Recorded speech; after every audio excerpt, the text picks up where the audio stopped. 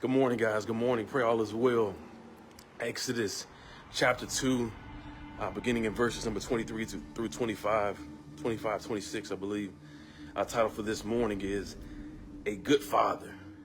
A good father, a good friend, a good parent, a breaker, but also a builder. A good father, a good friend, a good parent is a breaker, but in the same instance is a great builder. And as I was meditating on these particular parts of the verses, as we all know, the Israelites, they had been in captivity. They had been in bondage for a long time. Hundreds of years they had been in this place of bondage and in this place of slavery, in this place of being used and mistreated for a long time. And God eventually brings them out in this particular, he's preparing to bring them out in this particular part of the context. And as I begin to meditate on this, God was just placing on my spirit, Marcus, when you go through life, everything is not going to be good. There are going to be tough times. There's going to be difficult seasons. There's going to be losses. There's going to be adversity. There's going to be trials, and there's going to be tribulations. He says, but I use these moments. I use these seasons. I use these times to strengthen you, not to strengthen you, to allow you to be broken. But in this season and time of being broken, it's an opportunity to be built. And as I was meditating on this, I began to think, man, a lot of parents and a lot of people now, we are softening the generation that is coming up. We have begun to soften them. We don't want to discipline them. We don't want others to correct our children. And what is happening is we instead of allowing them to be broken and disciplined and be better, we are weakening them for life. We're weakening them. Because they don't want to be corrected. Nobody can correct them. Nobody can chastise them. Nobody can get them off a track.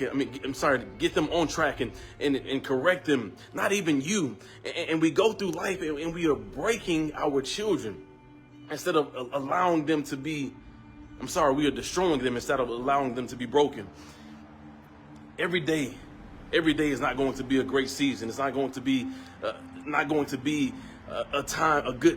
every day is not going to be a good day or a good season and a good time. We're going to face difficulties. We're going to face trials. We're going to face tribulations. But in these moments, we must allow them to help us to grow, to allow them to help us to be better in those seasons.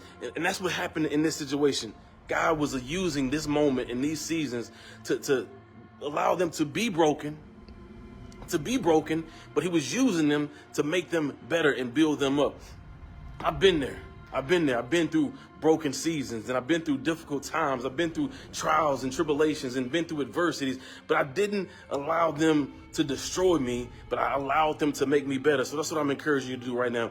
Don't allow these difficult times, these trials and these tribulations, don't allow these adversities that you go through in life to destroy you, but allow them and allow God to use them to build you up, to make you wiser, to make you stronger. That is the role of a great father, a great parent, and a great friend. So that same mindset that God has and God had in this particular part of the context, we too have to go through life with that same mindset. Yes, sometimes we have to step back and show some tough love and allow those that we love to go through some difficult times and to go through some difficult seasons, to learn from their mistakes and that their choices and their decisions. I'm not saying allow them to drown. I'm not saying allow them to walk themselves into a pit of hell. But what I am telling you, sometimes you have to step back and allow God to run his race and allow things to play out. In the moment he tells you to step into the situation, the moment he tells you to extend that hand and extend it. But sometimes we step in too early and they ain't learned their lesson. Sometimes we step in too soon and they haven't grown. Sometimes we step in too soon and they haven't been broken. And they get to that point where every time they find themselves in a difficult situation, every time they find themselves with their back against the wall, every time they find themselves in an uncomfortable place or unfamiliar place, guess what? They know who they can call because you always bail them out. They know who they can depend on because you always answer when sometimes when you shouldn't. Sometimes you have to allow them to go through a difficult season. As I was meditating on this morning, I was reminded when we took a trip to Turner Falls, my family and my wife and children and my nephews and my parents, and my son Mordecai the Great and my nephew Christopher, they were swimming in Turner Falls, and it's a swimming hole, and Chris and Mordecai began to jump off into the deep end off the diving board, and they both had life jackets on. And Mordecai was a great swimmer, and he began to swim back to the edge and get back on the diving board.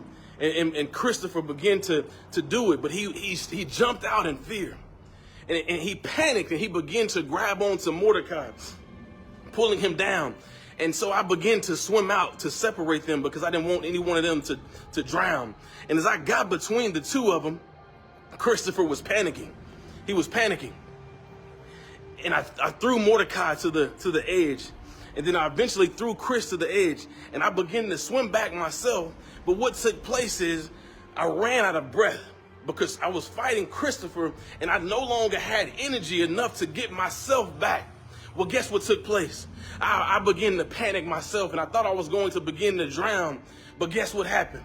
My father, my earthly father, stepped in, and he extended his right hand, and he got me to the edge when I couldn't get myself any further. What am I telling you? Man, God is the same exact way. When we learn how to take our hands off the situation, when we learn how to stop depending on ourselves, when we learn how to stop trying to fix people and our situations ourselves, and we learn how to just let God do what he does best and take care of the situation, he knows when to step into the situation when you can't go anymore, when you can't swim and you can't fight anymore, when you can't go anymore, when you can't run anymore.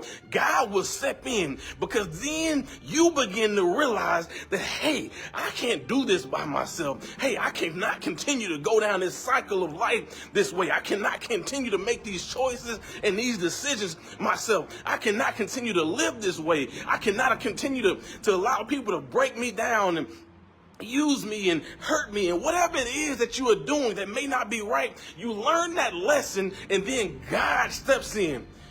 Here I am, daughter. Here I am, son. Here I am, Marcus. Here I am. Here I am. I never left you. I never abandoned you. I've been with you the whole time, but I've just been trying to get your attention. I've just been trying to get you to realize that you need me to make it through this life, that you need me.